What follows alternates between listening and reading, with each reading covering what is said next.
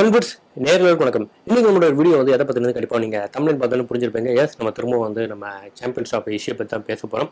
So champions of issue நிறைய விஷயங்கள் போயிட்டு தான் இருக்குது. அதில் குறிப்பாக வந்து நம்ம இந்தியாவுக்குள்ள நடக்கிற பாலிடிக்ஸ் வந்து பெரிய தலைவலியாக இருக்குது. இதில் வந்து பாகிஸ்தான் பாலிடிக்ஸ் வேறு இருக்காப்பான்ற மாதிரி இப்போ நிறைய பேர் பேசிகிட்டு இருக்காங்க. எஸ், நம்ம இந்தியாவை பொறுத்த வரைக்கும் இப்போ இருக்கிற பல சீனியர் பிளேயர்ஸ் வந்து இந்த ஸ்குவாடை பற்றி ரொம்ப ரிவ்யூ பண்ணிக்கிட்டு இருக்காங்க. அதுக்கு எல்லாரும் நம்ம தெரிஞ்ச விஷயங்கள் தான். ஸோ இப்போ வந்து ரீசெண்டாக வந்து ஆக்சுவலாக வந்து ரீசெண்டாக 2 நாளுக்கு முன்னாடி வந்து ஸ்ரீகாந்த் பேசியிருந்தாரு. அது வந்து இப்போ வந்து ரொம்ப சர்ச்சையாக இருக்குன்னு கண்டிப்பாக சொல்லணும். எஸ், நம்ம 2 days பிஃபோர் வந்து கவாஸ்கர் பேசியிருந்தாரு. அதுவும் குறிப்பாக வந்து ஸ்ரீகாந்த் பேசினது இப்போ வந்து இந்த அளவுக்கு வந்து சர்ச்சை ஆகுமான்னு சொல்லிட்டு யாருமே எதிர்பார்க்கலன்றதான் உண்மை. எஸ், இது வந்து ரொம்ப பைத்தியக்காரத்தனமான ஒரு விஷயம். ஸோ சஞ்சய் சாம்சனை கண்டுக்கவே மாட்டேங்கிறாங்க.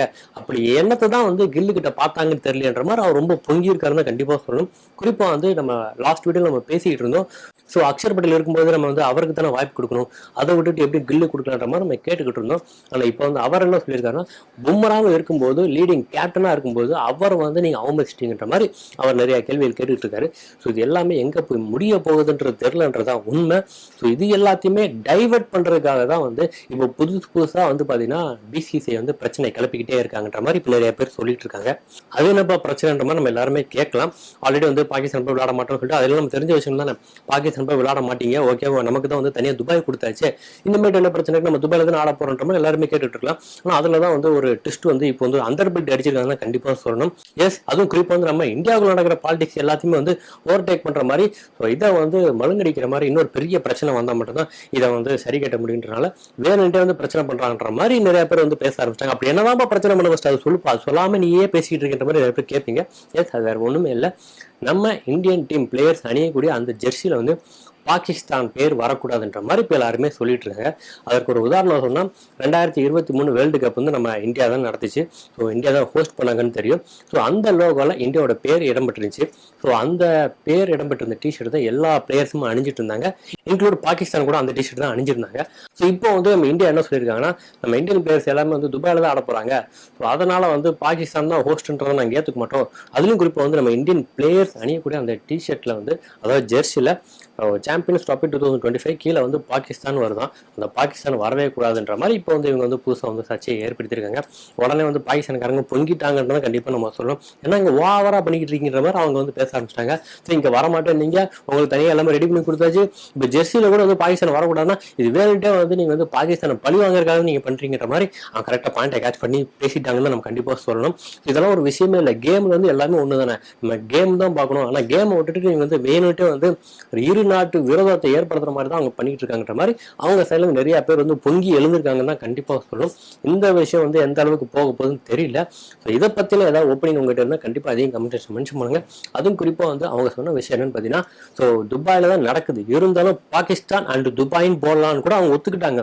இருந்தாலும் வந்து அதுல வந்து பாகிஸ்தானை வரக்கூடாதுன்ற மாதிரி பிசிசிஐ வந்து ஐசிசி கிட்ட சொன்னதான் வந்து இப்போ சொல்லிட்டு இருக்காங்க. அதற்கு தான் வந்து பாகிஸ்தான் சைட்ல இருந்து இல்ல இது வரைக்கும் எல்லாமே வந்து பிசிசி சாதகமா பண்ணிட்டீங்க, ஆனா அந்த ஜெர்சி விஷயத்துல கண்டிப்பா ஐசிசி வந்து பாகிஸ்தான் தான் சாதகமா இருக்குன்ற மாதிரி அவங்க சைட்ல இருந்து சொல்லியிருக்காங்கன்னா, ஐசிசி தலைவர் யாரு நமக்கு எல்லாருக்குமே கன்ஃபார்மா தெரிஞ்ச விஷயங்கள் தான்.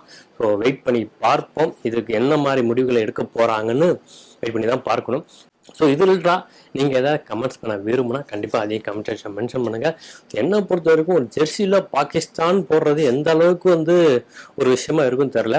ஸோ இதுக்கெல்லாம் ரீசன் இப்போ எல்லாரும் என்ன சொல்கிறாங்கன்னா, இந்தியாவுக்குள்ளே நடக்கிற இந்த பாலிடிக்ஸை வந்து நம்ம மறைக்கணும், அதை மறந்துட்டு மற்ற விஷயத்த மக்கள் பேசணும்னா அதுக்கு இந்த மாதிரி ஏதோ ஒரு பூதாகரமான விஷயத்த வந்து கொளுத்தி போடணுன்ற மாதிரி அவங்க கொளுத்தி போட்டுட்டு இருக்காங்க. ஸோ இதுதான் உண்மைன்ற மாதிரி சொல்கிறாங்க. ஸோ இதையும் வந்து நம்ம ஏற்றுக்கூடிய விஷயமா தான் இருக்குது. இப்போ ஸ்ரீகாந்த் பக்கம் வந்தோம்னா கண்டிப்பாக ஸ்ரீகாந்த் வந்து அவருக்கு பைத்தியக்காரத்தனமானு சொன்னதுன்றது ஒரு இந்தியன் கிரிக்கெட் போர்டு சார்பா விளையாண்டி ரிட்டையர்டான ஒரு சீனியர் பிளேயர் எப்படி இந்த மாதிரி இந்தியன் போர்டு வந்து கேவலப்படுத்துற மாதிரி பேசலான்ற மாதிரி இப்போ நிறைய பேர் வந்து போர்டு சைட்ல இருந்து பொங்கி எழுந்துட்டு இருக்காங்கன்னா, ஸோ நீங்க என்ன வேணா பேசுங்க, நான் பேசிட்டாங்க இருப்பேன், பைத்தியக்காரதாங்கன்ற மாதிரி அவர் வந்து அவர் சைட்ல வந்து இப்போ வரைக்கும் சொல்லிக்கிட்டே இருக்காருன்றதான் உண்மை. ஸோ நீ யாருமே கேள்வி கேட்க முடியாதுன்ற மாதிரி தான் அவர் வந்து, ஸோ அவர் பார்க்குற சேனலில் அவர் போய் இன்டர்வியூ கொடுக்குற இடம் என்ன மைக்கு கிடைச்சாலும் வந்து இந்த மாதிரி பேசுகிறாருன்றதான் உண்மை. ஸோ அவரோட ஓன் யூடியூப் சேனல் இருக்குது, அதில் வந்து மனுஷன் வந்து வேற லெவலில் வந்து பொங்கி இருக்காருன்னு கண்டிப்பாக சொல்லணும். ஸோ இது எல்லாத்தையும் விட இப்போ எழுந்திருக்கிற இந்த பாகிஸ்தான் அந்த ஜெர்சி இஷ்யூ வந்து எந்த அளவுக்கு வந்து பூதாகரமாக மாறப்போகுதுன்னு தெரியல. ஸோ நம்மளோட ஐசிசி வந்து இதுக்கு என்ன மாதிரி விளக்கம் தர போகிறாங்கன்னு தெரில, பொறுத்திருந்தா பார்க்கணும்.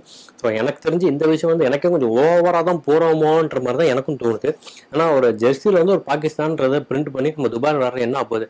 ஆக்சுவலாக வந்து ஹோஸ்ட்ன்றது அவங்க தான் கண்டிப்பாக ஹோஸ்ட்டு. ஸோ அவங்க தான் ஹோஸ்ட் பண்ணுறாங்கன்னா அவங்க பேரை போடுற ஒன்றும் தப்பு இல்லைன்னு தான் நான் சொல்வேன். ஆஸ் யூஷுவல் நடந்தது தான். இந்தியா வந்து நம்ம வேர்ல்டு கப் நடத்தும்போது அந்த லோக்கலில் இந்தியாவோட பேரும் இடைப்பட்டு தான் இருந்துச்சு. அந்த ஜெர்சியை தான் பாகிஸ்தான் பிளேயர்ஸும் அணிஞ்சிருந்தாங்க. இப்போ வந்துட்டு புதுசாக வந்து இந்த மாதிரிலாம் கிளப்புறது எந்த அளவுக்கு எப்படி இருக்குன்னு தெரில. ஆக்சுவலாக இது எல்லாத்துக்குமே வந்து பிசிசி தான் காரணம். பிசிசிஐக்கு நீங்கள் ஓரம் இடம் கொடுத்துட்டீங்க. ஸோ முழுக்க நம்ம லாஸ்ட் வீடியோவில் சொன்ன மாதிரி தான் ஃபுல் அண்ட் ஃபுல் வந்து பிசிசி வந்து கார்பரேட் கண்ட்ரோல் போயிடுச்சு. ஸோ அதையும் நான் சொல்லிட்டு இருந்தேன், எனக்கு எக்ஸ்பிளைன் கொடுத்துருந்தேன். ஸோ சுப்மன் கில்லை வந்து எல்லாருமே வந்து ப்ரொஜெக்ட் பண்ணுறதுக்கான ரீசன் என்ன பார்த்தீங்கன்னா, ஸோ அவர் தான் ஃபியூச்சர் ஸ்டார்னு சொல்லிட்டு எல்லா கார்பரேட் கம்பெனியும் முடிவு பண்ணிட்டாங்க. ஆல்ரெடி நிறைய பேர் வந்து அக்ரிமெண்ட் சைன் பண்ணியிருக்காங்க. ஸோ அந்த ஒரு விஷயத்தினால வந்து ஃபியூச்சரில் இவரை சைன் பண்ணதுனால வந்து இவரை தான் வந்து ஃபியூச்சர் ஸ்டாராக மாற்றணுன்றக்காகவே எல்லாருமே ப்ரெஷர் பண்ணி தான் அவர் வந்து வைஸ் கேப்டன் ஆச்சு, நாளைக்கு கேப்டனாக மாற்றணுன்ற மாதிரி எல்லாருமே வந்து ஸ்கிரிப்டடாக கொண்டு போயிட்டு இருக்காங்க. நம்ம பேசியிருந்தோம். ஸோ இதில் ஏதாவது உங்களுக்கு டவுட் இருந்தாலும் கண்டிப்பாக அதையும் கமெண்ட் மென்ஷன் பண்ணுங்க.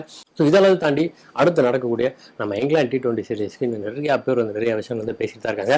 ஸோ மேட்ச் ஸ்டார்ட் பண்ணோம்னா இது எல்லாத்தையும் மறந்துட்டு மேட்சை பார்க்க ஆரம்பிச்சிடும்ன்றதா உண்மை. அவங்க பண்ணுறது பண்ணிகிட்டே தான் இருக்காங்க.